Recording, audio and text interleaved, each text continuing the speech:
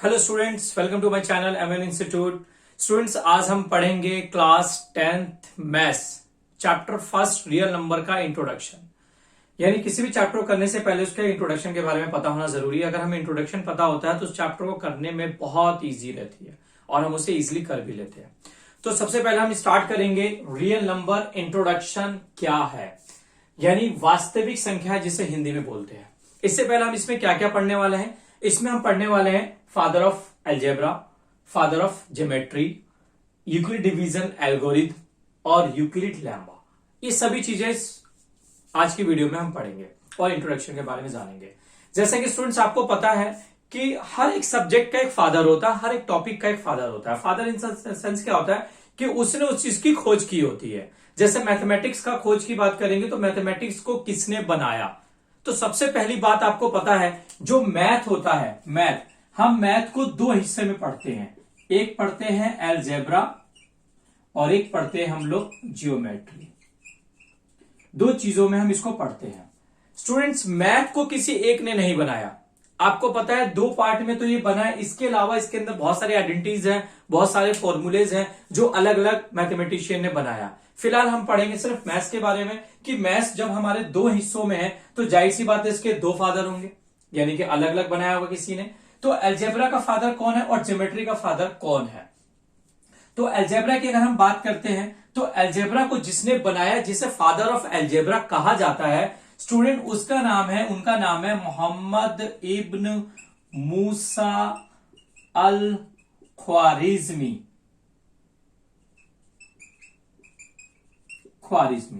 ये पर्शियन थे। इन्होंने 9th सेंचुरी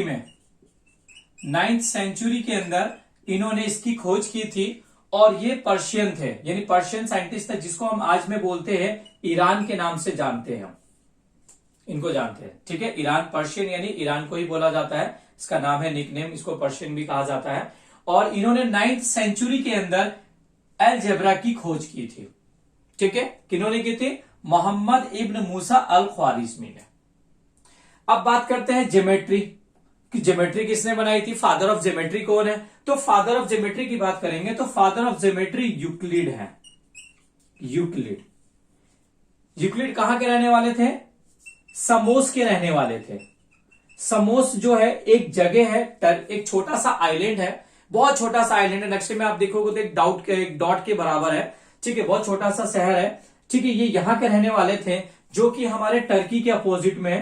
टर्की कंट्री जानते हैं, उसके अपोजिट में है, वो एक छोटा सा है, ठीक है ना। समुद्र के किनारे पे ही बना हुआ है पूरा, ये आइलैंड है पूरा छोटा सा। तो वहां के रहने वाले यूक्लिड थे और यूक्लिड ने ज्योमेट्री की खोज की थी। तो आप आज आपको पता चल गया होगा कि मैथमेटिक्स जो है वो किसने बनाया और कहां का कब बनाया था इन्होंने, ठीक है। अब हम बात करते हैं रियल नंबर्स की कि रियल नंबर्स क्या होते हैं। तो स्टूडेंट्स, मैंने इससे पहले वाली वीडियो में class 9th math chapter first number system introduction में सारे नंबर्स के बारे में मैंने बताया है। ये रियल नंबर्स के बारे में उस चैप्टर उस वीडियो में मैंने बताया, तो उसको आप जरूर एक बार देखना। उसका जो लिंक है नीचे डिस्क्रिप्शन में दिया हुआ है, आप वहां से देख सकते हैं। तो स्टूडेंट, हम जानते हैं कि रियल नंबर यानी वास्तविक संख्या किसे कहते हैं। हम देखते हैं।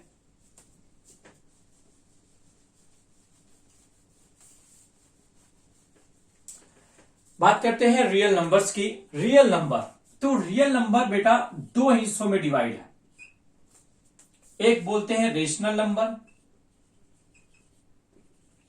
दूसरा बोलते हैं इरेशनल नंबर। यानी इन दोनों नंबर से मिलके ही हमारा रियल नंबर बना है। रियल नंबर यानी वास्तविक संख्याएं, यानी रियल में जो होती हैं, यानी आप वर्ल्ड्स के अंदर जितने भी डिजिट देखते हो, जितने भी नंबर्स आप देखते हो, चाहे किसी भी सिंबल में होते हैं, वो सारे के सारे हमारे रियल नंबर होते हैं। तो जो रियल नंबर्स हैं वो सिर्फ दो से मिलकर बने हैं। एक रेशनल, जिसे हम कहते हैं परिमेय संख्या,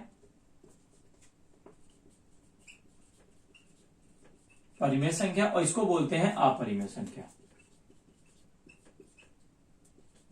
ठीक है। यानी परिमेय संख्या और अपरिमेय संख्या से मिलकर बना है हमारा रियल नंबर। अब हम जानते हैं कि रेशनल नंबर क्या होते हैं। तो रेशनल नंबर मैंने आपको पहले ही बताया, दोबारा बता देता हूं कि P/Q के फॉर्म में होना चाहिए और Q is not equal then 0।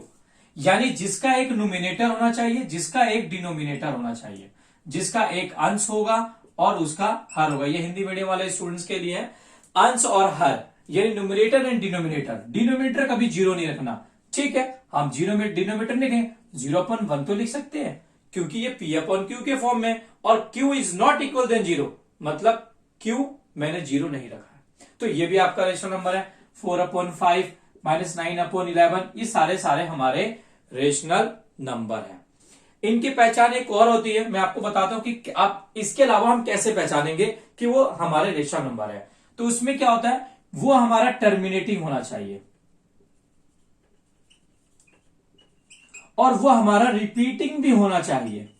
अगर वो टर्मिनेटिंग और रिपीटिंग दोनों ही है तो इसका मतलब वो हमारा रेशनल नंबर है। और अगर वो हमारा टर्मिनेट भी नहीं कर रहा है, रिपीट भी नहीं कर रहा है, तो हमारा वो इरेशनल नंबर में चला जाएगा, यानी नॉन टर्मिनेटिंग और नॉन रिपीटिंग। ठीक है, ना ही यहां पर वो संख्या टर्मिनेट करेगी और ना ही रिपीट। टर्मिनेट होता क्या है, टर्मिनेट का मतलब होता है कि जब आप किसी संख्या को किसी से डिवाइड करते हो तो पूरा पूरा कट जाता है और रिमाइंडर 0 आ जाता है। एग्जाम्पल, 10 को भाग करो आप 2 से, 2 पंजे 10, आपका यहां रिमाइंडर कितना आया, 0, तो यानी ये टर्मिनेट हो गया। ठीक है, और मैं बात करूंगा रिपीट की, तो अगर हम 10 को भाग करते हैं 3 से, तो 3 तिया 9, 1.0, 3 तिया 9, 1, इसी तरह से रिपीट होगा। तो ये देखो संख्या बार बार रिपीट हो रही ना, तो उसे बोलते हैं रिपीटिंग। क्लियर, तो आपको समझ आ गया होगा, टर्मिनेटिंग यानी पूरा पूरा डिवाइड हो जाए, आंसर 0 बचे। रिपीटिंग, वो संख्या बार बार रिपीट हो रही है तो वो हमारी रिपीटिंग कहलाएगी। क्लियर, तो यानी परिमेय संख्या वो संख्या है जो टर्मिनेट भी होती है, रिपीट भी होती है और वो P/Q के फॉर्म में भी होती है। क्लियर, अब हम बात करते हैं इरेशनल। इरेशनल में मैंने आपको बताया कि ना ही वो टर्मिनेट होगी और ना ही वो रिपीट होगी, यानी वो टर्मिनेट भी नहीं हो रही, कट भी नहीं रहा और वो रिपीट भी नहीं हो रहा। ऐसी कौन सी संख्या, बिल्कुल है 22/7। आप करो डिवाइड, 7 एकम 7 तिया 21, 1 आपके पास 0.0, 7 दूनी 14 नहीं जाएगा, 7 एकम 7, 3 0, 7 चौक 28, 2 0, 7 दूनी 14, 6 0, 7 8 56। आप देख रहे हो ना यहाँ पे 4, यानी ये बढ़ता जा रहा है, यानी कि देखो ना ही ये पूरा कट रहा है और ना ही कोई संख्या इसमें रिपीट हुई है। इसी तरह से आप आगे भी करते चलोगे, रिपीट नहीं होगा, वो आता कोई ना कोई डिजिट आती जाएगी। तो यानी ना ही वो टर्मिनेट हो रही है ना ही वो रिपीट हो रही है। तो अगर वो टर्मिनेट भी नहीं हो रहा, वो रिपीट भी नहीं हो रहा, इसका मतलब वो मेरा इरेशनल नंबर है। तो इसी की तरह से √2, √3, √5, 4 नहीं क्योंकि उसको कट जाता है, √5, पाई, और इस तरह से बाकी के जो नंबर्स होते हैं वो हमारे इरेशनल नंबर होते हैं। यानी स्टूडेंट आपको समझ आ गया होगा कि रियल नंबर क्या है। रियल नंबर जो है वो रेशनल और प्लस इरेशनल नंबर से मिलकर बना है। रेशनल नंबर में जितने भी नंबर्स होते हैं सारे नंबर्स आते हैं, कुछ को छोड़ के, और इरेशनल नंबर आपको बता दिया मैंने इस टाइप्स के नंबर होते हैं। यानी आप कह सकते हो कि वर्ल्ड में जितने भी नंबर्स हैं सारे रियल नंबर्स हैं। ठीक है, तो आपको समझ आ गया होगा। नहीं आया वीडियो को आप दोबारा रिवर्स करें, आप उसे 1 बार 2 बार 3 बार जब तक समझ ना आए इसको रिवर्स करके देखते जाए। मेरी गारंटी है कि 100% आपको ये समझ में आएगा और इसे आप कभी भूलेंगे नहीं, लाइफ टाइम के लिए आपके दिमाग में घुस गया रियल नंबर क्या होता है। क्लियर, नोट करने के लिए आप वीडियो को पॉज करके आप इसे नोट कर सकते हैं।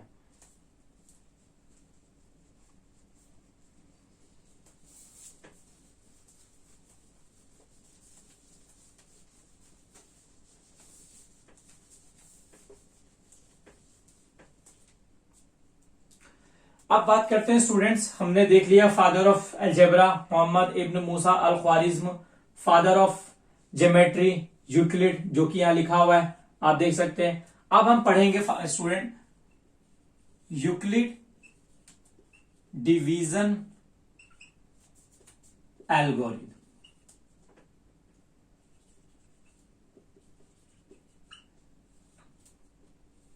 स्टूडेंट्स इसको हम 3 हिस्सों में करके पढ़ेंगे। अगर हम इसे समझ गए तो समझ लो यूक्लिड डिवीजन एल्गोरिथम बहुत इजी है। तो यूक्लिड डिवीजन एल्गोरिथम होता क्या है, ठीक है, तो हम इसको 3 स्टेप में पढ़ते हैं। सबसे पहला स्टेप यूक्लिड। तो यूक्लिड क्या है? Euclid father of geometry. आपको पता चल गया एक मैथमेटिशियन है, ठीक है, जो समोस का रहने वाला है, उसका ये नाम है, जो कि हमारे जहन में, हमारी यादों में आज भी जिंदा है, पर हम उसको नाम आज भी ले रहे हैं। डिवीजन, डिवीजन का मतलब भाग करना। आप शुरू से करते आ रहे हैं भाग, भाग को हम डिवीजन कहते हैं। बात होती है एल्गोरिथम क्या है। एल्गोरिथम का मतलब होता है कि आपके पास एक प्रॉब्लम है और आपको उसे सॉल्व करने का एक स्टेप दिया हुआ है, ठीक है। यानी आपके पास एक प्रॉब्लम है और उसको सॉल्व करना है, लेकिन उसको सेल्फ सॉल्व करने का मैंने आपको स्टेप दे रखा है कि आपको पहले ये स्टेप लेना है, फिर ये स्टेप लेना, फिर ये स्टेप लेना, उसके बाद आपकी प्रॉब्लम सॉल्व हो जाएगी। उसे ही स्टूडेंट हम एल्गोरिथम कहते हैं। यानी हम कह सकते हैं स्टेप्स, जो आप स्टेप उठाते हो किसी भी प्रॉब्लम को सॉल्व करने के लिए, उसे हम कहते हैं एल्गोरिथम। क्लियर है? यानी algorithm is a series of well defined, जिसको बहुत अच्छे से डिफाइन किया है, which step give a procedure for a solving problems. यानी कोई भी टाइप्स के प्रॉब्लम को आपको सॉल्व कर रहे हो तो उसे हम कहते हैं एल्गोरिथम कहते हैं। क्लियर? मैं आपको करके दिखाता हूं। जैसे मैंने कहा कि आपको 10 को डिवाइड करना है 3 से, ठीक है, 10 को हम 3 से डिवाइड करते हैं, तो करके देखते हैं। अब आपको मैंने कहा इसे सॉल्व करो, यूक्लिड डिवीजन एल्गोरिथम। एल्गोरिथम क्या कहता है? इसको सॉल्व करो। तो कहता है इसको सॉल्व करने के लिए एक स्टेप गिवन है। सबसे पहले आप 10 अंदर 3 बाहर, उसके बाद आप क्या करोगे, 3 का पहाड़ा पढ़ना है 10 तक, या तो 10 आए या 10 से कम आए। सेकंड स्टेप, तो 3 तिया 9। उसके बाद आपको क्या करना है, उन्हें माइनस करना है। फिर माइनस करने पर 1 रिमाइंडर बच गया। ये तो मैंने यहां पे स्टेप किया, मतलब इसको करने के लिए मैंने पहले इसको इसका पहाड़ा पढ़ा कि भाई यहीं तक आना चाहिए, 10 तक आना चाहिए, 10 से कम ज्यादा नहीं होना चाहिए। तो एक स्टेप लिमिट है कि सॉल्व करना हो तो आपको इससे कम ही लेकर आना, ज्यादा नहीं। और उसके बाद आप इसे सॉल्व करते हो तो आपकी प्रॉब्लम सॉल्व हो जाती है। It's called off algorithm. आपको क्लियर हो गया होगा, आई होप आपको समझ आ गया होगा कि यूक्लिड डिवीजन एल्गोरिथम क्या बहुत इजी है, बहुत आसान है, कुछ नहीं है। समझना है, वीडियो को 2 बार रिवर्स करके देख लेना, समझ में आ जाएगा यूक्लिड डिवीजन एल्गोरिथम क्या है। कुछ नहीं, यूक्लिड नाम, डिवीजन भाग, एल्गोरिथम स्टेप, एक प्रॉब्लम है उसको कैसे सॉल्व किया जाए, जो स्टेप गिवन है इज कॉल्ड ऑफ एल्गोरिथम। ये आपको मैंने एक बता दिया। और यूक्लिड डिवीजन एल्गोरिथम जो हमें रियल नंबर चैप्टर में सॉल्व करने को कहता है, वो कहता है बेटा एचसीएफ निकालने को, ठीक है।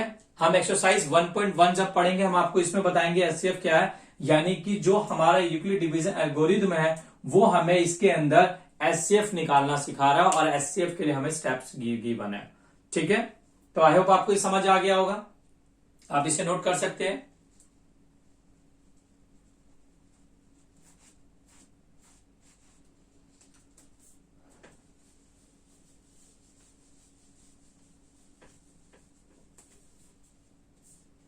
अब बात करते हैं स्टूडेंट्स यूक्लिड्स लैम्बा। लैम्बा क्या है? लैम्बा, यूक्लिड तो आपको पता है, साइंटिस्ट का नाम है। लैम्बा क्या है? तो लैम्बा क्या होता है? लैम्बा जो है एक आपके पास प्रूव स्टेटमेंट है। पहले से मैंने एक स्टेटमेंट पहले से प्रूव कर दिया कि ये ऐसा ही होगा। अब उस प्रूव स्टेटमेंट से आपको एक और स्टेटमेंट को प्रूव करना है। क्लियर? यानी लेमा क्या कहता है? लेमा कहता है कि lemma is a proven statement. Lemma is a proven statement, यानी कि आपके पास पहले से एक प्रूवन स्टेटमेंट है, उसको यूज करना है, यूज फॉर प्रूविंग एक अनदर स्टेटमेंट। यानी कि आपके पास एक प्रॉब्लम, एक प्रूवन स्टेटमेंट है पहले से ही, ठीक है, ये आपके पास पहले से ही है, इसका यूज करो, यूज फॉर अनदर